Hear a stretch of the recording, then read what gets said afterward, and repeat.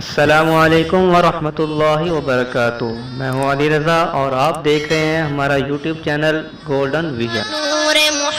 حدیث شریف کا مفہوم ہے، حضور اقدس صلی اللہ تعالی علیہ وآلہ وسلم نے ارشاد فرمایا، جو شخص وضو کرنے کے بعد اشہد ان لا الہ الا اللہ وحدہ لا شریک لہ واشہد ان محمدا عبدہ ورسولہ اللهم اجعلني من التوابين واجعلني من المتطهرين سبحانك اللهم وبحمدك أشهد أن لا إله إلا أنت أستغفرك وأتوب إليك۔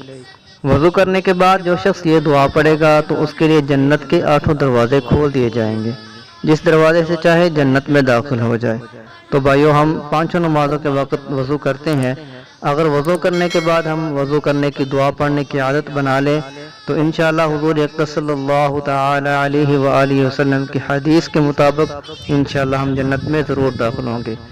اللہ تبارک و تعالی عمل کی توفیق عطا فرمائے۔ نیکی کی بات کو پھیلانا صدقہ جاریہ ہے۔ اس ویڈیو کو آگے شیئر کریں، ہو سکتا ہے آپ کے ایک شیئر سے یہ بات کسی کے دل میں اتر جائے۔